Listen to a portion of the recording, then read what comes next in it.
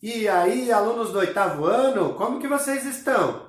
A nossa aula será sobre porcentagem, esse conhecimento tão importante que está presente em inúmeras situações do nosso dia a dia. Mas nessa aula nós ainda não faremos cálculo de porcentagem. A nossa aula será sobre o conceito de porcentagem e mais para frente depois nós veremos como fazer cálculos envolvendo porcentagem.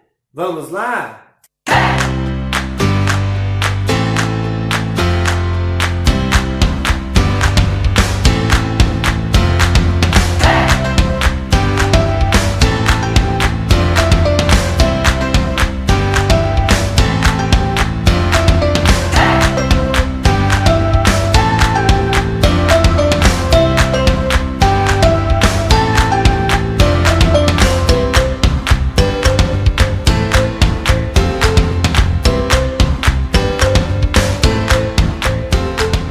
Vamos para a nossa aula sobre porcentagem. Lembrando que nessa aula não faremos nenhum cálculo ainda de porcentagem, porque primeiro nós queremos entender o conceito de porcentagem, certo? E sobre isso eu já quero dizer que existem dois termos com o mesmo significado.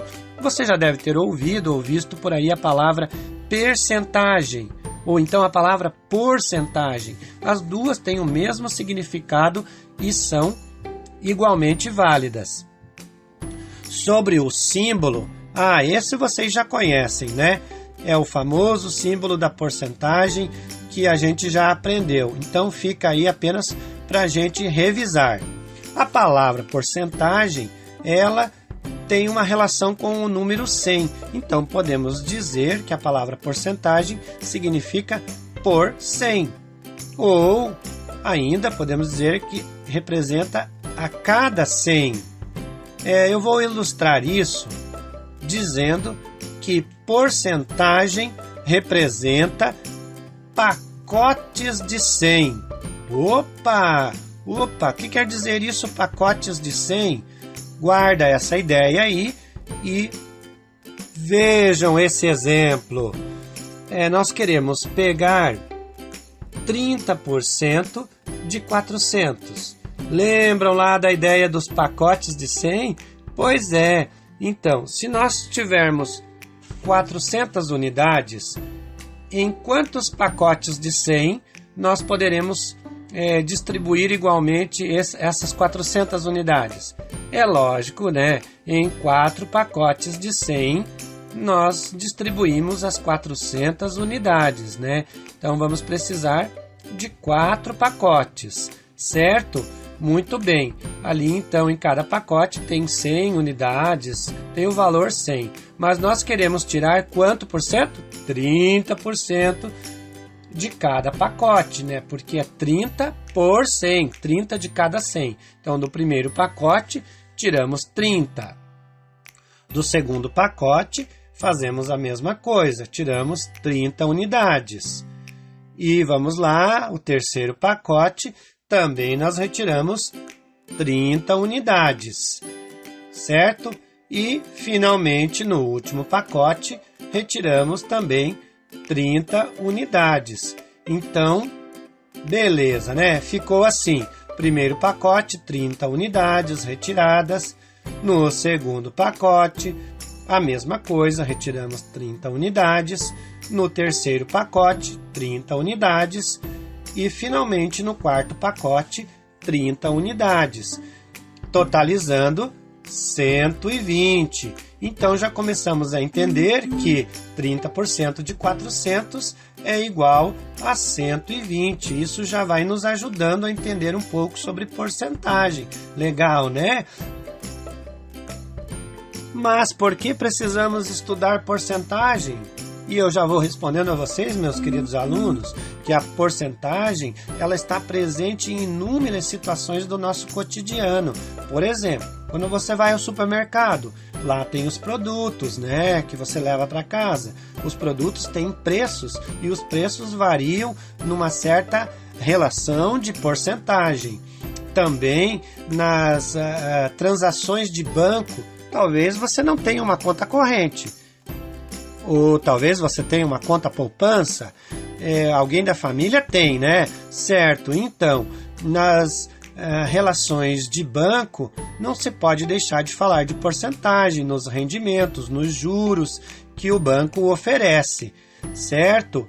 E também a porcentagem, ela está presente lá na sua famosa mesada. Você recebe mesada do pai, da mãe, de alguém da família, então ele retira lá do seu salário um pouco para você, e ali tem uma certa porcentagem, né? E também a porcentagem está presente no mundo dos negócios, onde existem os grandes empresários, ali tem porcentagem. E claro que também a porcentagem está presente em todo o mundo, porque as nações, os países, eles formam economias, né? Os mercados econômicos. Vamos pegar aqui o Brasil. O Brasil representa uma economia nesse grande mercado global, certo? O Brasil tem a sua economia também. Não é o euro, né? A moeda do Brasil, é o real. Mas o Brasil tem uma moeda, e essa moeda tem relação de juros, que a gente ouve falar por aí, inflação, essas coisas, tem relação com porcentagem. E então podemos perceber a porcentagem em muitos lugares. Na estatística também, que a gente estuda em matemática, podemos ver ali estudo de porcentagem. A porcentagem, ela também pode ser interpretada como uma razão centesimal. Opa, o que quer dizer isso? Cuidado aí, pode dar um nó no seu cérebro, né? Mais informações. Não, tantas perguntas, mas eu vou respondendo a sua pergunta. O que é uma razão centesimal? A razão centesimal, ela é a representação de uma fração cujo denominador é 100. Ajudei? Opa! Tá ficando com o cérebro bugado? Ô professor, bugou tudo. Não, peraí que eu vou ajudar. Uma fração, vamos revisar sobre fração, ela possui o quê? Duas partes. Lembram das partes da fração? Quais são? O número de cima da fração se chama o quê? Numerador. Vamos lembrar do numerador? Fica na parte de cima da fração. E na parte de baixo da fração, como que se chama? Uma dica: denominador. Então a fração tem essas duas partes. Então vamos pegar um exemplo aqui. Se nós tivermos 80 no numerador e tivermos 100 no denominador, então aqui nós temos um exemplo claro de uma razão centesimal, certo? Então essa fração aí, que representa 80 centésimos, ela é para nós, então, uma razão centesimal, ok? E vamos pegar esse 80 centésimos aqui e vamos dividir 80 por 100. Aí nós vamos obter 0,8.